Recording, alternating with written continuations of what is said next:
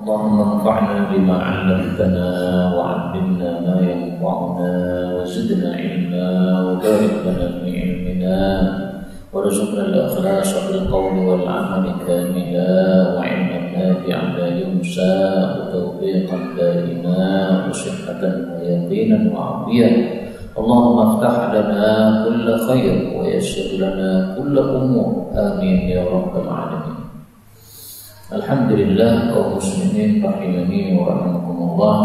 Kita lanjutkan pengajian tafsir Quran sehari sehalaman. Dan alhamdulillah program kita ini sudah hampir khatam, karena saya lihat ternyata tinggal 4 surat yang belum kita tafsirkan. Nah, kita lanjutkan sekarang surat An-Naml ayat 89, ini pada halaman 385. أعوذ بالله السميع العليم من الشيطان الرجيم من همزه ونفخه ونفثه من جاء بالحسنة فله خير منها وهم من فزع يومئذ آمنون ومن جاء بالسيئة فكبت وجوههم في النار هل تجزون إلا ما كنتم تعملون إنما أمرت أن أعبد رب هذه البلدة الذي حرمها وله كل شيء وأمرت أن أكون من المسلمين وأن أتلو القرآن فمن اهتدى فإنما يهتدي لنفسه ومن ضل فقل إنما أنا من المنذرين وقل الحمد لله سيريكم آياته فتعرفونها وما ربك بغافل عما يعملون بسم الله الرحمن الرحيم طسيم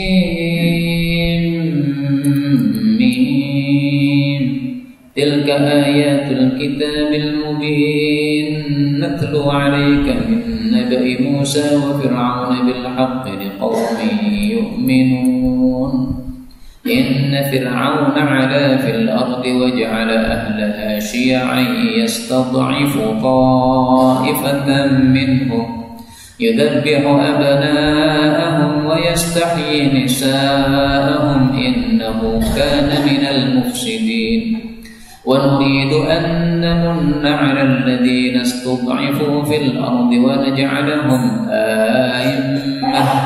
ونجعلهم الوارثين الحمد لله رب العالمين اللهم ارحمنا بالقرآن آمين.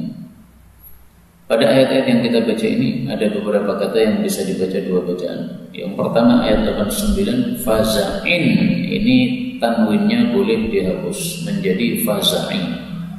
Kemudian yauma'id, mimnya boleh dikasrah menjadi yaumi'id. Nah, maka kalau digabung faza'i yaumi'id.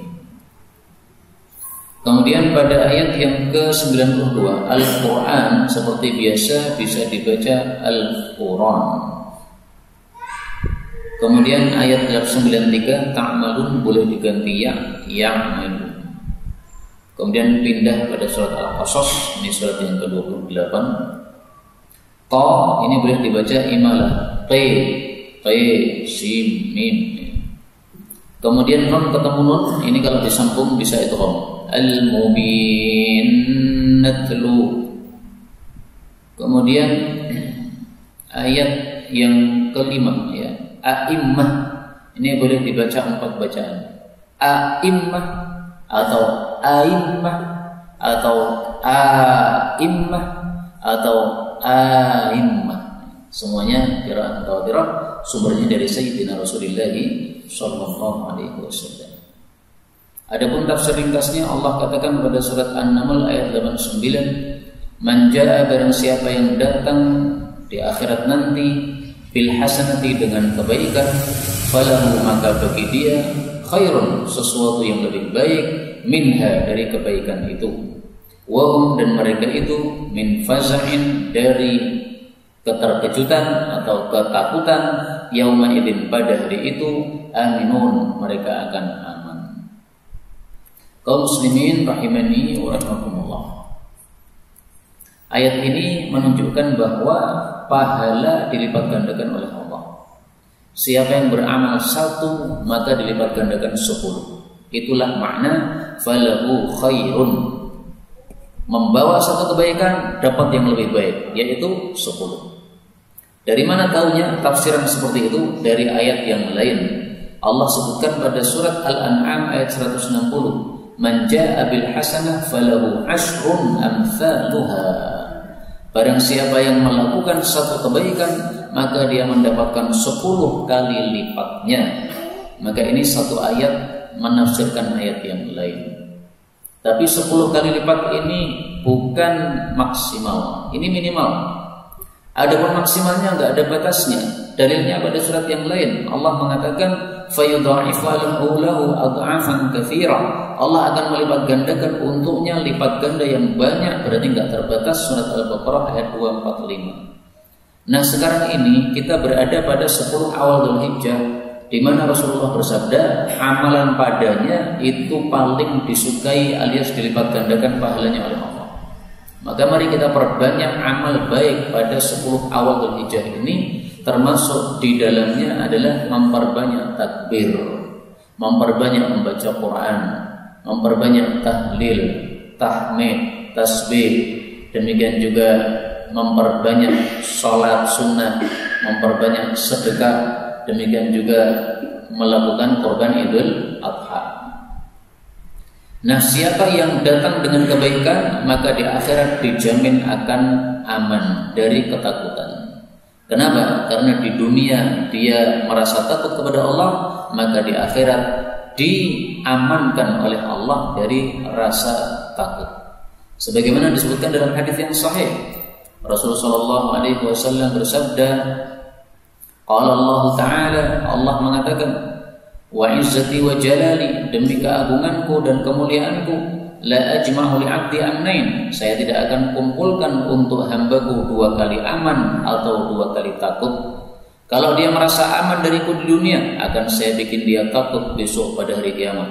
Kalau dia takut kepadaku di dunia, yaitu meninggalkan maksiat-maksiat, tidak menggampangkan maksiat, maka saya akan bikin dia aman besok pada hari kiamat. Nah, jadi terserah kita pengen besok di hari kiamat itu takut atau aman. Kalau kita pengen besok di akhirat ketakutan, silahkan lanjutkan maksiat terus, nggak usah berhenti. Tapi kalau pengen besok di akhirat itu kita aman, maka berarti sekarang kita harus takut kepada Allah Subhanahu wa Ta'ala. Hentikan kemaksiatan. Ini nasihat untuk diri kita masing-masing, termasuk yang bicara, karena nasihat dari Allah Subhanahu wa Ta'ala ini untuk semua manusia. Kemudian ada tafsiran yang lain untuk ayat ini. Perhatikan tafsirannya, tafsiran Imam Baghawi dan yang lain-lain.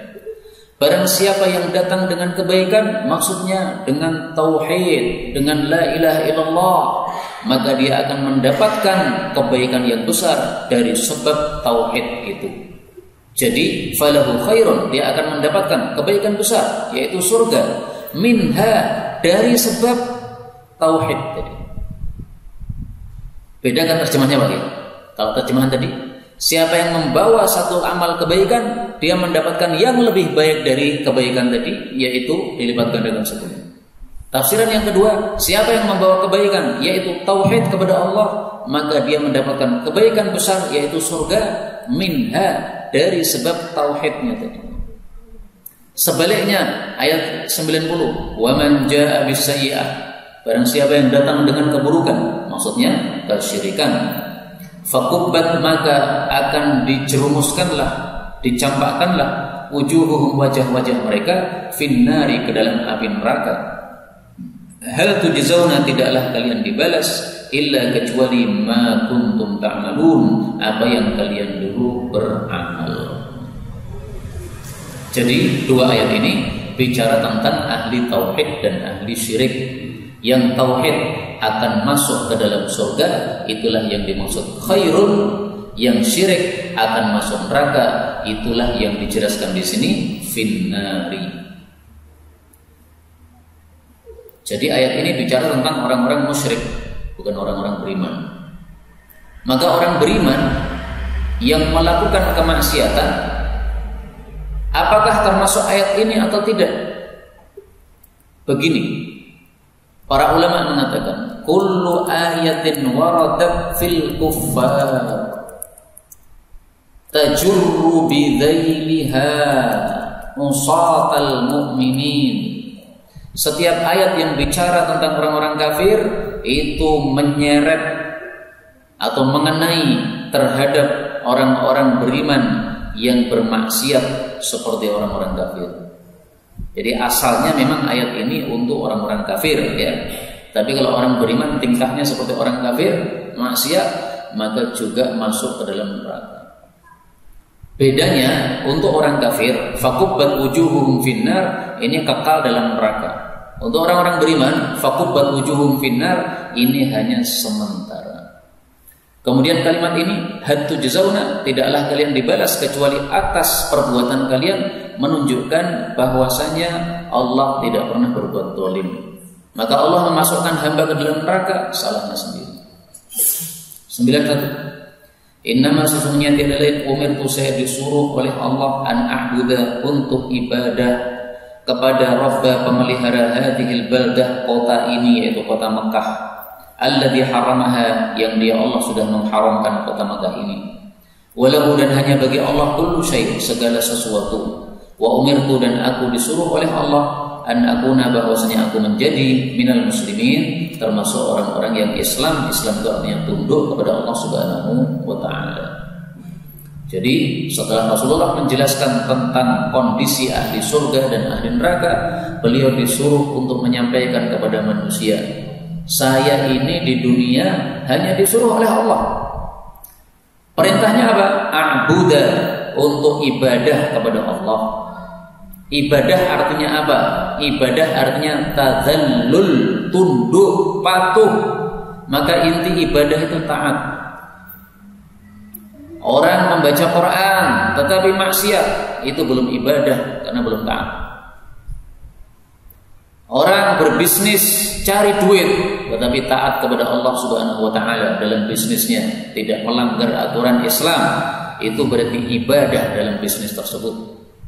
Jadi belum tentu orang yang melakukan aktivitas dunia disebut tidak ibadah, belum tentu.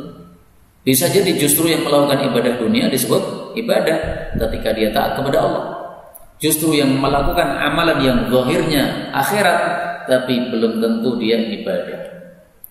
Orang munafik sholat itu enggak ibadah, karena sholatnya hanya riya, dan riya itu bukan tunduk kepada Allah Subhanahu wa taala. Kemudian kita ambil beberapa faedah dari ayat ini. Faedah yang pertama, umirtu, saya disuruh, ini maksudnya disuruh oleh Allah. Taunya dari mana? Karena al-amru minal a'la ilal adna. Yang namanya perintah itu adalah tuntutan dari yang tinggi kepada yang rendah. Itu namanya perintah. Rasulullah mengatakan, saya diperintah. Siapa yang memerintahkan? Ya di atasnya Rasulullah siapa? Allah Subhanahu wa ta'ala. Kemudian perintah ini tidak hanya untuk Rasulullah, tapi berlaku juga untuk semua umatnya. Karena kaidahnya mengatakan at-tabi'u tabi', namanya pengikut itu mengikuti kepada yang diikuti. Rasulullah disuruh sesuatu, maka berlaku juga untuk pengikut-pengikut beliau. Faedah berikutnya, alladzi harramaha, Allah telah mengharamkan kota Mekah. Ada dua tanah haram, satu kota Mekah, dua kota Madinah. Maka disebut haramain, dua tanah haram. Haram apa? Haram untuk apa? Nah, itu dijelaskan oleh Nabi dalam hadis yang sahih. Riwayat Bukhari, Rasulullah mengatakan sesungguhnya Allah telah mengharamkan Mekah sejak hari penciptaan langit dan bumi. Maka Mekah itu haram dengan sebab pengharaman dari Allah sampai hari kiamat. Lan tahilla, tidak halal untuk perang di kota Mekah untuk seorang pun sebelum saya maupun setelah saya. Adapun saya dihalalkan memerangi kota Mekah itu hanya sesaat saja pada waktu Fathu Makkah. Selain itu sudah enggak boleh lagi. Yang kedua, tidak boleh binatang buruannya dibikin lari. Ada merpati-merpati ditangkap, nggak boleh, biarkan. La yu'dadu, tidak boleh ditebang pohon-pohon yang berduri. Yang berduri saja nggak boleh ditebang, apalagi yang tidak berduri, nggak boleh. Kemudian kalau ada rumput-rumput yang masih basah tidak boleh dipotong. Kalau sudah kering baru silahkan dipotong. Ini semua maksudnya tumbuh-tumbuhan yang dimunculkan oleh Allah sendiri tanpa usaha dari manusia. Tapi kalau tumbuhan yang ditanam oleh manusia maka ditebang oleh manusia jelas boleh. Ini sepakat para ulama. Kemudian kalau ada luqatah, barang yang jatuh, maka hanya boleh diumumkan, tidak boleh dimiliki. Ini khusus Mekah ya. Kalau di selain kota Mekah, maka ada barang yang jatuh, kita umumkan setahun, tidak ada yang memiliki, tidak ada yang mengakui, maka jadi milik kita. Apa namanya? Kalau sudah diumumkan selama 1 tahun. Ini hadis riwayat Bukhari menjelaskan kata-kata haram. Ayat 92, wa an aqra, dan bahwasanya saya membaca atau mengikuti Al-Qur'an. Faman ihtada, maka barang siapa yang mengambil hidayah, fa innama, maka sesungguhnya dia adalah yahtadi, dia mengambil hidayah li nafsihi, untuk diri sendiri. Wa man dhalla, tapi barang siapa yang sesat, faqul, maka katakanlah innama ana, sesungguhnya saya, tiada lain saya, minal mundzirin, termasuk orang-orang yang memberikan ancaman. Jadi Rasulullah juga selain disuruh menyembah Allah, disuruh untuk membaca Al-Quran. Perhatikan kata-kata atlu. Atlu dari kata-kata tilawah. Tilawah artinya apa? Membaca.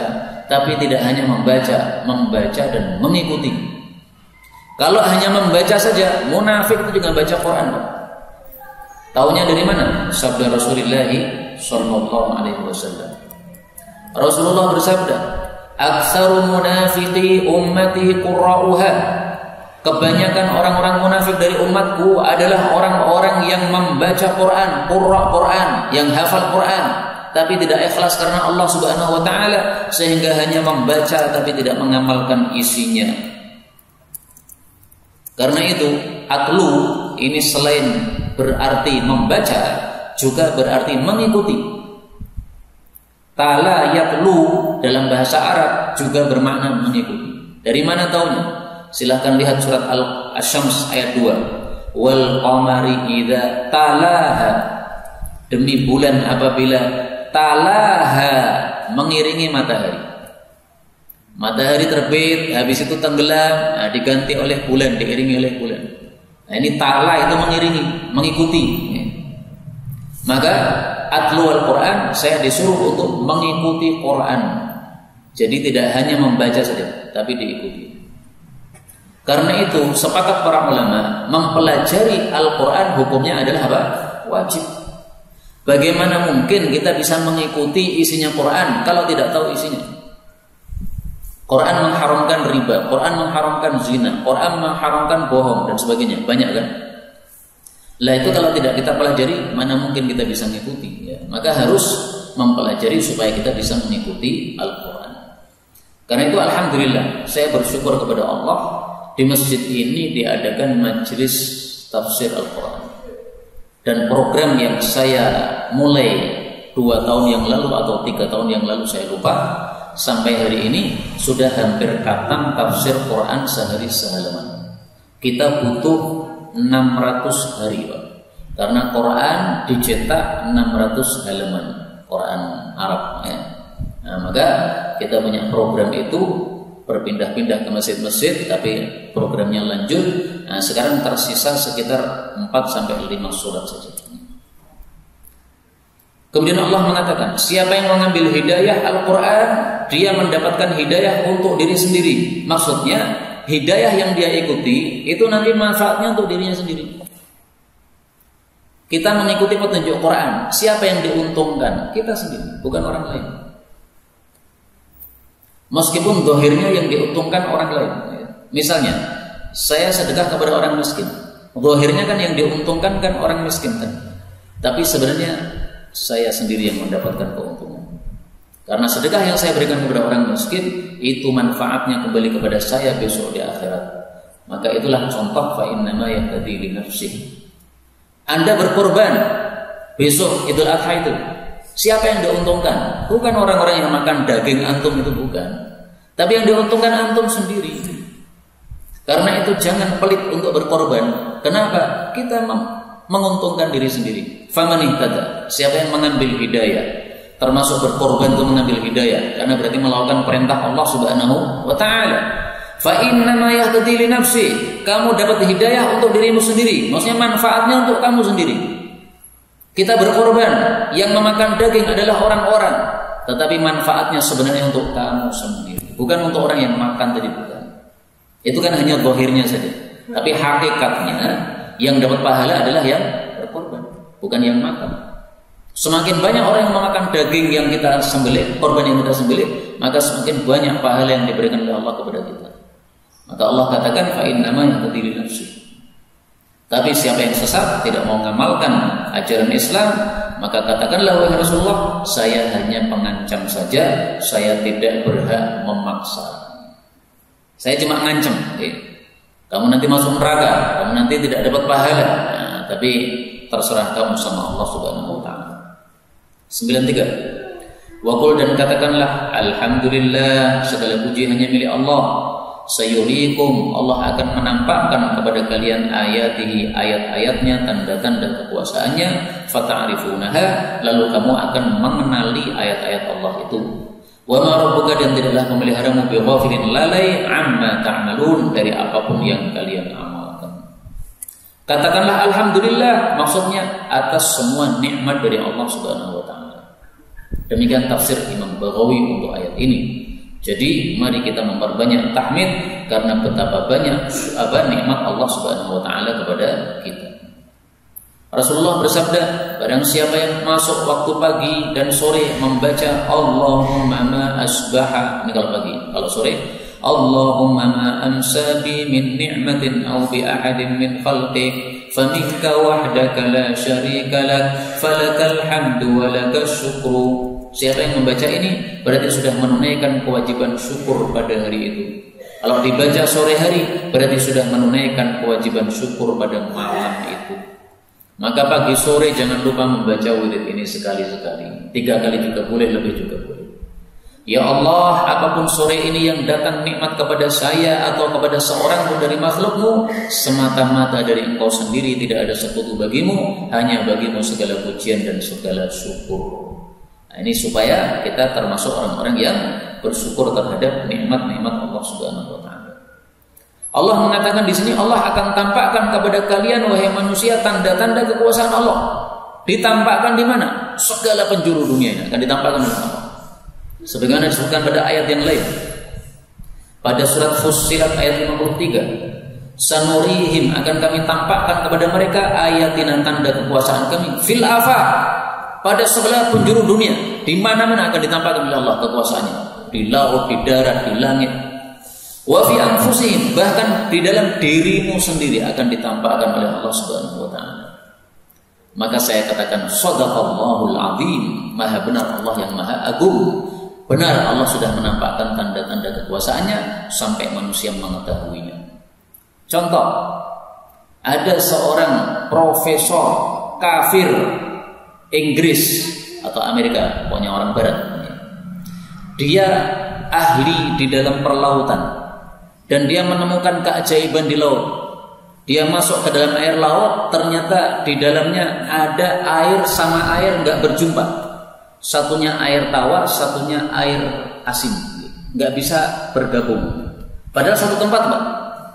Maka dia bangga, wah saya menemukan penemuan baru ini. Dia ceritakan kepada teman-temannya.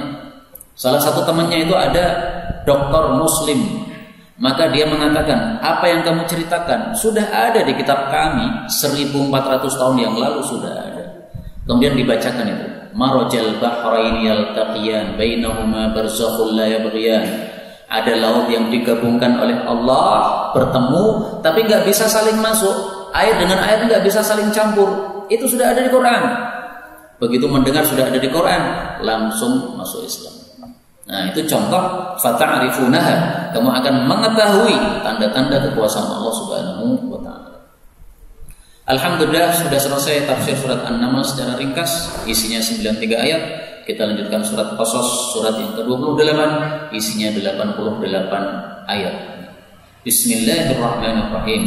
Qasim. Tidak ada yang tahu tafsirannya selain Allah Subhanahu wa taala. Demikian tafsiran menurut mayoritas para ulama.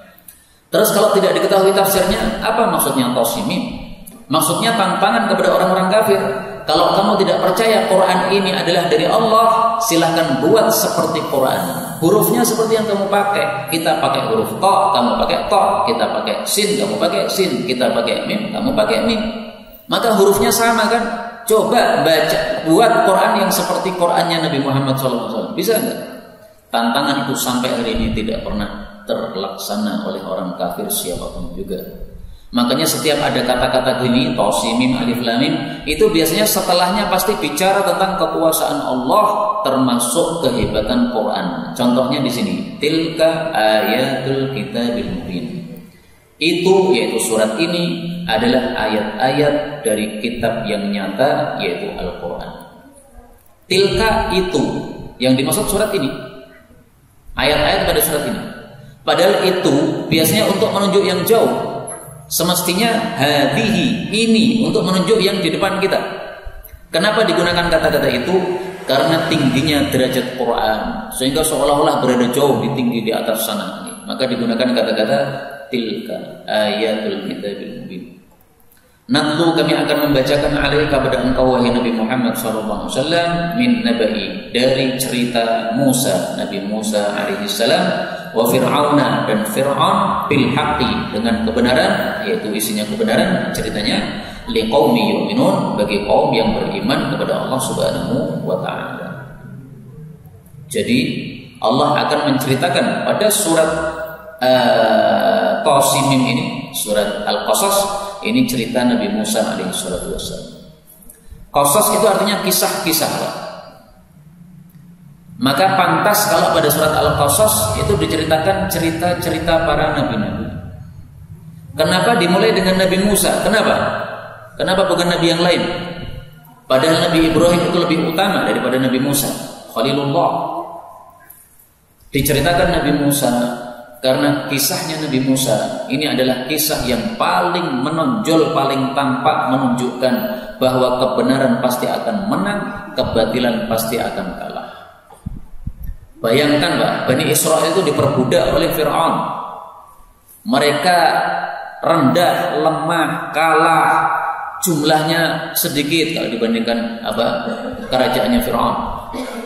Sementara Fir'aun kekuasaannya luas, kemudian kekayaannya mantap, kemudian prajuritnya kuat-kuat, semuanya dikuasai oleh mereka. Tapi karena mereka membawa kebatilan, Nabi Musa membawa kebenaran, maka yang benar dimenangkan oleh Allah. Maka sengaja dalam Quran ini kisahnya Nabi Musa itu diperbanyak oleh Allah, supaya orang paham, kamu kalau bawa kebenaran tenang aja, pasti menang. Mau lambat, mau cepat, pokoknya pasti menang. Terserah keinginan dari Allah Subhanahu wa ta'ala. Mu artinya air, sa artinya pohon. Disebut Musa karena ditemukan antara air dan pohon. Fir'aun ini adalah julukan bagi raja Mesir yang kafir. Jadi kalau ada raja Mesir dan dia kafir, maka disebut Fir'aun. Kalau dia raja Indonesia, meskipun kafir, tidak disebut Fir'aun, disebut presiden. Kalau dia raja Mesir tapi muslim, tidak disebut Fir'aun. Jadi harus memenuhi dua syarat ya. Dia menguasai Mesir dan dia kafir, maka disebut Fir'aun. Fir'aunnya Nabi Musa berbeda dengan Fir'aunnya Nabi Yusuf alaihi salatu wassalam. Meskipun sama-sama tinggal di Mesir, tetapi masanya berbeda. Inna, sesungguhnya Fir'aun itu ala, sombong, fil ardi, di muka bumi. Wa ja'ala, dan dia menjadikan ahlaha, penghuninya, syi'an, berkelompok-kelompok. Yastad'ifu, dia melemahkan, memarginalkan, ta'ifatan, sekelompok, minhum, dari mereka.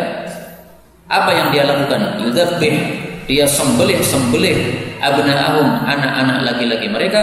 Wa yastahyi, dan dia membiarkan hidup nisa'ahum, wanita-wanita mereka.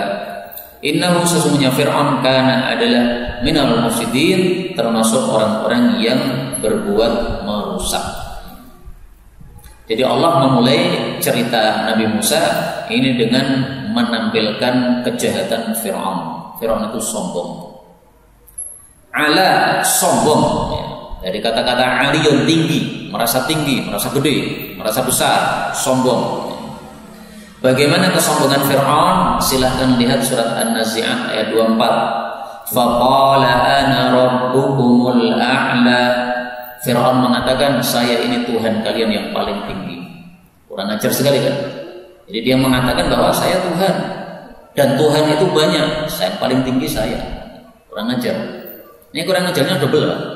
Mengatakan dia Tuhan padahal bukan Tuhan, mengatakan yang tertinggi padahal tidak yang tertinggi, tapi rendah. Pelajaran penting bagi kita, Fir'aun ini sombong karena dia kaya. Nah, maka pelajaran penting bagi kita, kadang-kadang kaya membuat sombong. Makanya kalau kaya jangan sombong. Kalau miskin, alhamdulillah, malah tidak ada kesempatan untuk sombong. Sombong letaknya di hati, Pak. Sombong itu merasa lebih daripada yang lain. Nah, itu sombong. Maka orang sombong kadang-kadang nggak tampak. Dia masuk ke masjid, hatinya merasa saya ini semestinya paling mantap. Nah, itu sudah sombong seperti itu. Ada orang khawarij masuk masjid, ahli sholat, sholatnya sholat pertama, kalau sholat lama, berdoa ireng sampai seperti lututnya kambing. Rasulullah mengatakan akan masuk ke masjid ini orang ahli neraka. Atau kama qala Nabi sallallahu alaihi wasallam. Maka orang-orang kaget, loh, ini ahli sholat berdoa ireng sampai seperti lutut kambing, kok dikatakan ahli neraka, gimana? Maka setelah orang itu masuk, kemudian ditanya, apakah kamu ketika masuk ke masjid kamu merasa bahwa dirimulah yang paling baik? Maka dia mengatakan, demi Allah, iya, saya merasa saya lah yang paling baik. Nah, itu ahli neraka gitu. Meskipun dia ahli ibadah, tapi gara-gara ahli ibadah malah merasa dirinya paling baik, meremehkan yang lain-lain. Sombong itu.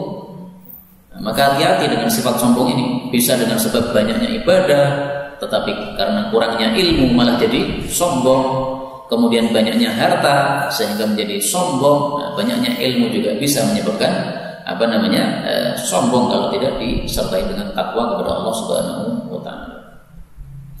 Kemudian yang dimaksud di sini al-ardi, dia sombong di bumi, ini maksudnya bumi Mesir ya, karena dia hanya menguasai Mesir saja. Kemudian yang dimaksud di sini dia menjadikan penduduk Mesir itu berkelompok-kelompok, maksudnya berkelompok-kelompok untuk menjadi pelayan dia. Ada yang disuruh bekerja untuk membuat masakan, ada yang disuruh bekerja untuk membuat bangunan-bangunan, ada yang disuruh bekerja untuk macam-macam ya, pekerjaan kerja rodi yang tidak dibayar oleh Fir'aun. Kemudian yang dimaksud di sini ta'ifatan minhum, dia memarginalkan sekelompok dari penduduk Mesir. Nah, sekelompok ini maksudnya adalah Bani Israel. Bani Israel keturunan Nabi Yakub. Israel itu nama lain dari Nabi Yakub. Nabi Yakub ya, bapaknya Nabi Yusuf alaihi salatu wassalam. Yudzabihu, dia menyembelih. Ini ada tasdid di atas ba. Ini menunjukkan berulang-ulang. Seperti yang kemarin sudah saya sampaikan, saya ulangi lagi ya. At-tasdidu lit-taktsiri wat-takriri. Tasdid itu menunjukkan banyak dan berulang-ulang. Yudzabihu, dia berulang-ulang menyembelih anak-anak laki-laki Bani Israel. Kenapa disembelih?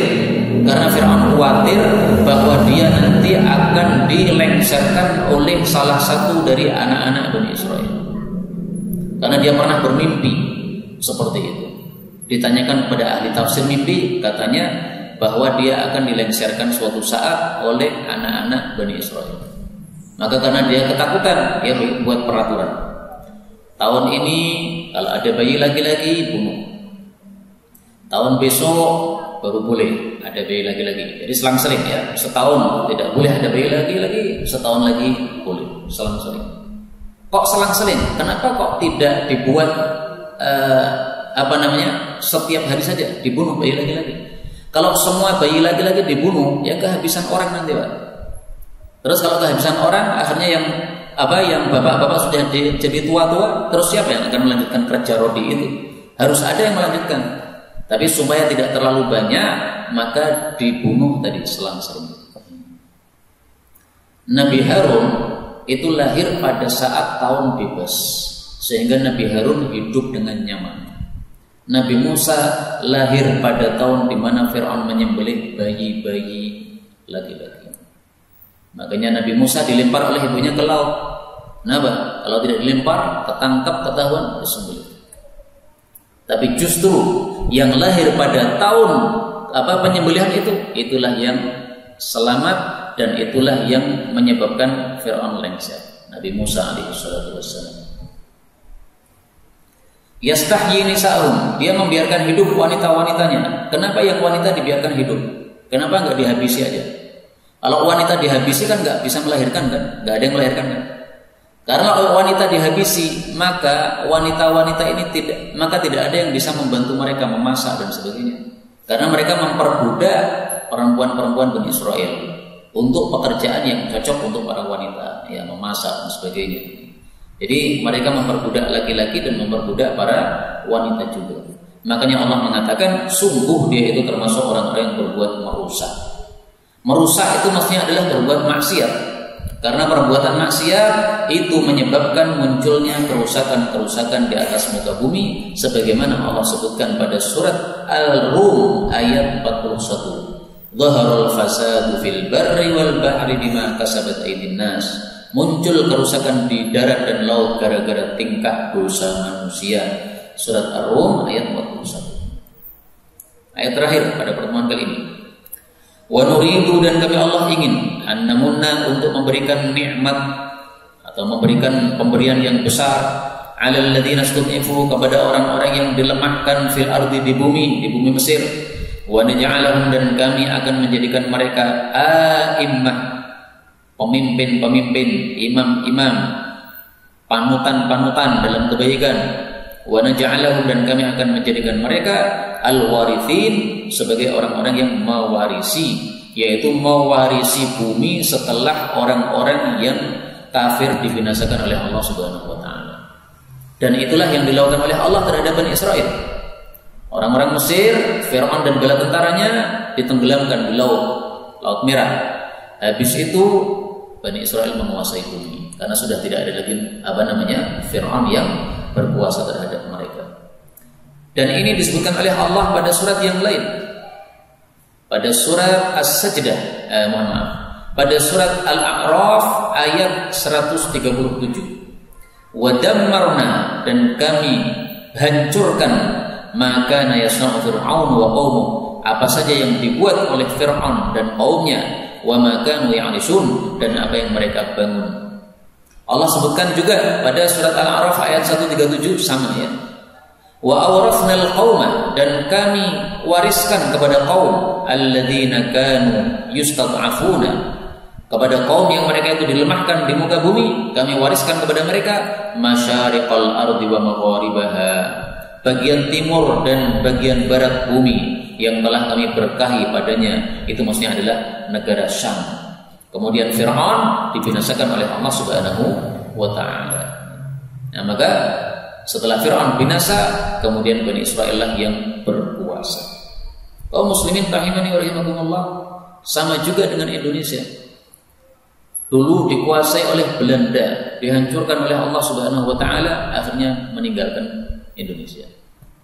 Maka kaum muslimin di Indonesia menjadi penguasa-penguasa di Indonesia. Tetapi orang-orang seperti itu diuji oleh Allah. Bisa mensyukuri nikmat tidak? Kalau tidak mensyukuri nikmat, nanti kenikmatannya bisa diambil oleh Allah Subhanahu wa taala. Indonesia bisa dikuasai oleh orang-orang non-muslim lagi. Tapi kalau kita bersyukur kepada Allah Subhanahu wa taala, maka inilah yang terjadi. Wa naj'alahum a'immatan wa naj'alahumul warithin. Karena itu supaya kenikmatan di Indonesia ini disempurnakan oleh Allah Subhanahu wa taala, marilah kita mensyukuri nikmat Allah dengan cara melakukan ketaatan kepada Allah Subhanahu wa taala. Ini yang dapat kita bicarakan, benarnya dari Allah. Kalau ada salahnya, fa astaghfirullahaladzim wa lakum walhamdulillah.